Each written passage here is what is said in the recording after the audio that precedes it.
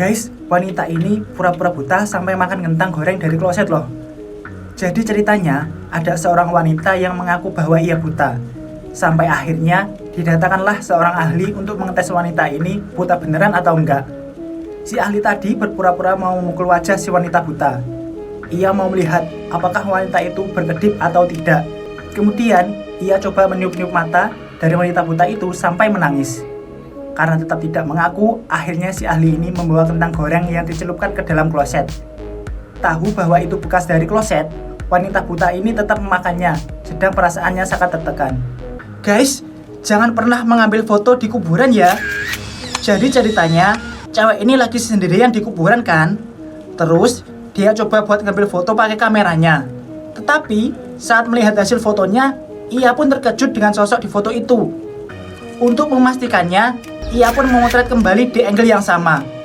Ia semakin kaget saat sosok itu justru semakin mendekat guys.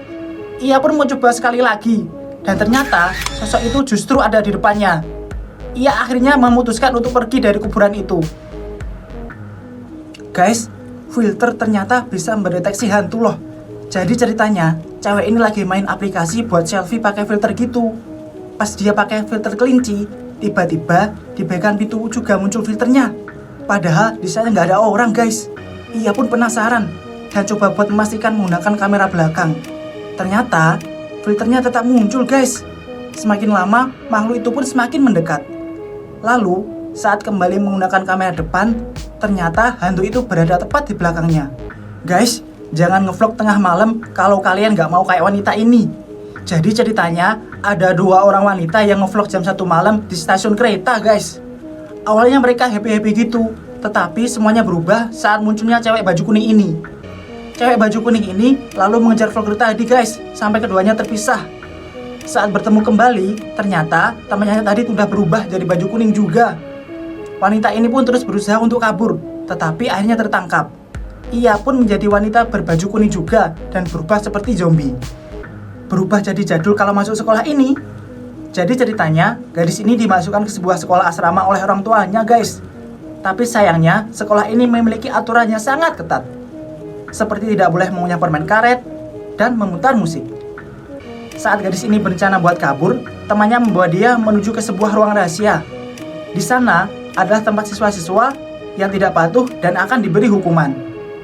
Seorang gadis berambut pirang tampak duduk di kursi dan diborgol tangannya. Sebuah mesin krimbat diturunkan dalam seketika. Penampilan gadis ini pun berubah jadi jadul dan menjadi siswa yang penurut. Pria ini lagi ngapain sih guys?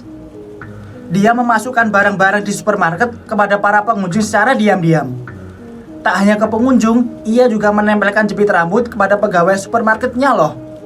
Ada yang tahu dia lagi ngapain? Jadi ternyata pria ini tuh lagi menyusun rencana buat mencuri guys. Dia memasukkan barang-barang tadi untuk membuat seolah-olah mesin pendeteksinya sedang error. Si pegawai tadi akhirnya menghubungi petugas perbaikan karena dikira rusak.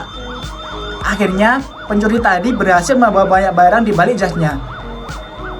Bocil ini berhasil menyetop kereta yang lagi lewat loh.